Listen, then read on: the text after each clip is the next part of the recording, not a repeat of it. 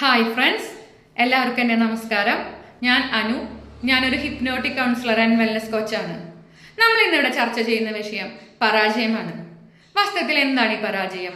ഈ കപട ലോകത്തിൽ ഒരു ആത്മാർത്ഥ ഹൃദയമുണ്ടതാണ് പരാജയം എന്ന ചങ്ങമ്പുഴ കവിതയിലെ പരാജയമാണോ നമ്മുടെ പരാജയം?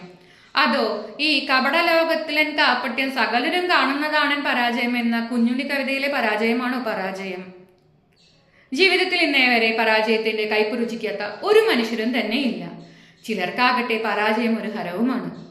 ജീവിതത്തിൽ പരാജയപ്പെട്ട് പരാജയത്തിന് പോലും പരാജയപ്പെടുത്താൻ പറ്റാതെ ജീവിതത്തെ വിജയിച്ചവരും കുറവല്ല.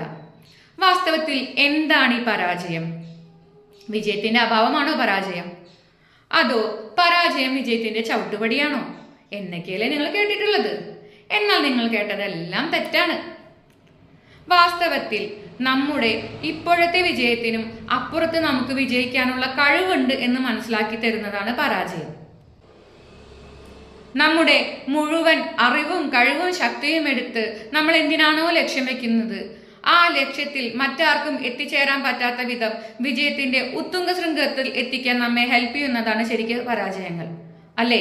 ഇതിനൊരു ഉത്തമ ഉദാഹരണമാണ് അമേരിക്കൻ പ്രസിഡന്റ് ആയിരുന്ന മഹാനായ എബ്രഹാം ലിങ്കന്റെ കഥ. അമേരിക്കൻ തെരഞ്ഞെടുപ്പിൽ 17 തവണ തോറ്റ് 18ാമത്തെ തവണയാണ് അദ്ദേഹം പ്രസിഡന്റ് ആയത്. അതിന് അദ്ദേഹത്തെ സഹായിച്ചതോ ഒരു കുഞ്ഞു കുട്ടിയുടെ ഉപദേശവും. ആ കുട്ടി പറഞ്ഞു, അങ്കിൾ, നിങ്ങൾ അടുത്ത തവണ മത്സരിക്കുമ്പോൾ താടി ഒന്ന് വെച്ച് മത്സരിച്ചോളൂന്ന്. അന്നത്തെ കാലത്ത് ഒട്ടിയ കവിൾ അമേരിക്കയിൽ ദാരിദ്ര്യത്തിന്റെ പ്രതീകമായിരുന്നു. അതുകൊണ്ടാണ് താൻ തെരഞ്ഞെടുപ്പിൽ പരാജയപ്പെട്ടതെന്ന് മനസ്സിലാക്കിയ ലിങ്കൺ 18ാമത്തെ തവണ താടി വെച്ചാണ് മത്സരിച്ചത്.